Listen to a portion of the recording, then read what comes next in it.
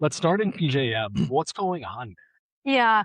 Well, if we're talking about generator interconnection, news isn't moving quite so fast. What's happening really quickly in PJM is how they're dealing with capa the capacity market. They're thinking about a reliability backstop. They're thinking about how to connect large loads. Generator interconnection is absolutely critical to that, but they're sort of separate tracks in some ways. So PJM, when we're thinking about generator interconnection, they went through a 4-year process of transitioning to a cluster study process. Um, Not great timing for a region that was experiencing explosive load growth to be pausing on accepting new interconnection requests for 4 years.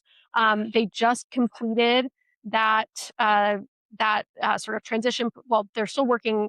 They still have some ongoing cycles, but they've just started studying their first new cluster, which was an enormous cluster, and they indicated before that started that it would be a 1 to 2 year process. I think that's the big question in PJM right now, is whether they're able to achieve that 1 to 2 year process with this new cluster, given the size of the cluster.